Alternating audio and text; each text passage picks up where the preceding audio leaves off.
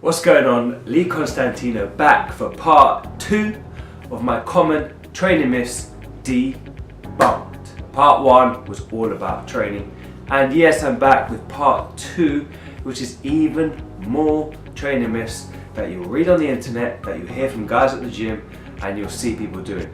So listen in carefully and make sure you don't make these common training mistakes. Myth number 1. Do light weights and high reps for cutting body fat. Oh no. All you're going to be doing is making your muscles shrink. If you cut the weight down and do higher reps, the muscles are going to adapt by atrophying in size, so that's decreasing in size, to compensate for the change in load. Whatever you use to build the muscle that you've got right now is what is going to be the best form of training to maintain it. Doing a lighter weight and doing more repetitions isn't going to make the muscle cut the body fat around it. It just doesn't work like that.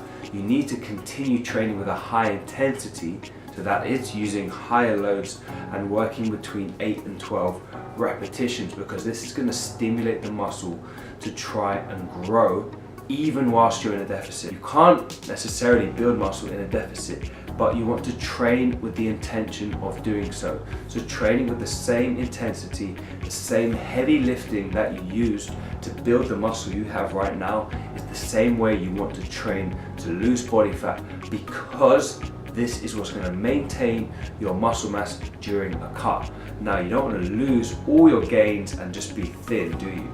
So make sure you lift heavy, make sure it's progressive each week, and that will keep all that hard-earned muscle and help you dip into those lower levels of body fat and get lean.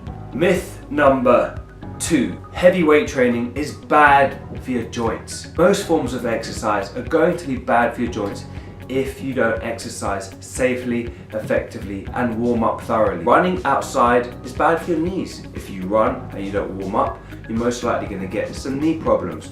Weight training is the same thing. You need to warm up thoroughly, foam roll, dynamically stretch the muscles so you don't cause aggravation around the joints.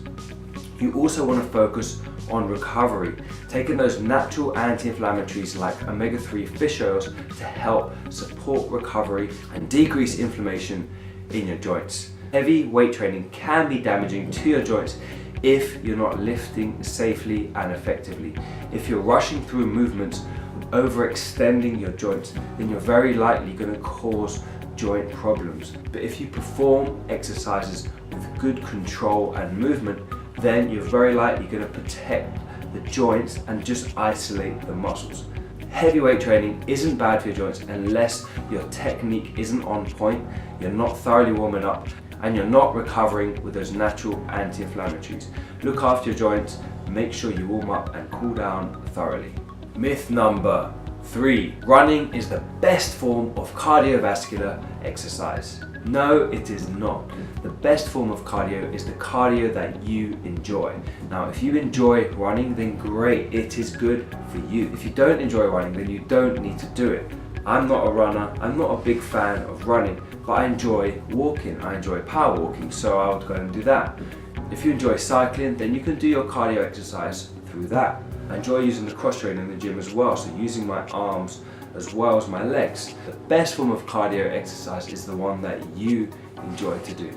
Myth number 4. Abdominal crunches are the best exercise for developing six-pack abs. No, they're not. They are great for isolating your midsection, isolating the top 4 abdominals, but they're not the best exercise for developing your abdominals. The best exercises for developing abs are compound exercises. These are your squats, your deadlifts, your overhead military presses, because these require core stability. They require your abdominals to be engaged throughout the entire movement, and they are under a lot of stress from the load that you'll be lifting. Going moderate to heavy in these exercises will really develop and thicken your abdominals. If you want visible abs, then these are the exercises that you want to be focusing on in your training, and of course they will develop your entire body as well. Now, you won't see your abs unless you're lean enough in the first place.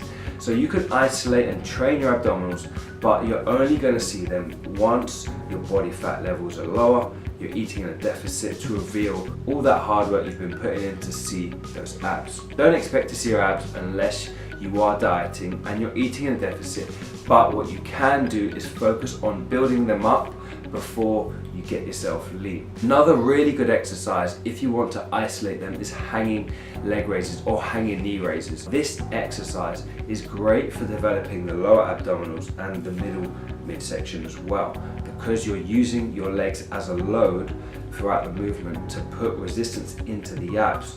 You have to train abs like any other muscle group. It's going to grow and develop under load, under tension. The same way you would curl a weight for your biceps, you need to think of your abs as the same thing. They are a muscle group and they need to be trained under load to grow. If you want thick, developed abs, then do resistance training for them as well, and don't be afraid of going to lower reps, going to 10, 12, even down to 8 repetitions to develop them. That's another myth right there as well. Doing higher rep crunches for abs, 50 and 100 reps. You don't need to do that many reps. You wouldn't do 100 bench press reps to develop your chest. So treat your abs in the same way. Train them with lower reps as well as high reps. Mix it up and find what works best for you. So there you go, another myth busting series. I hope you'll take something away from this series of myth busting things that you come across in the gym, because they are very, very common. Many of you are making the mistake of listening to people out there, reading this and reading that. I want you to make your own decisions. I want you to do the research for it and make sure you understand the whys as well. Don't just listen and read things and assume them to be right. I hope you'll listen to this video and I hope you'll try some of the things I've said today. I hope you'll stop believing a lot of these myths out there. They're going to hold you back from getting those results. As ever, I appreciate your support. Leave me a comment if you have any more questions and share it as well. You might have a friend out there who is struggling in the gym right now, who's unsure of who to listen to and what to believe. Share this video with them and hopefully they'll be inspired and understand a few new things just like you have learned today. Thank you for watching. Remember to subscribe to my channel, Constantinou, for my weekly vlog where I publish a new video every week. Sometimes it's a workout, sometimes it's about training, sometimes about nutrition, sometimes it's a Q&A, and sometimes it's just something that's going to be relevant to you to help you on your fitness journey. Thank you for watching and I'll see you next week.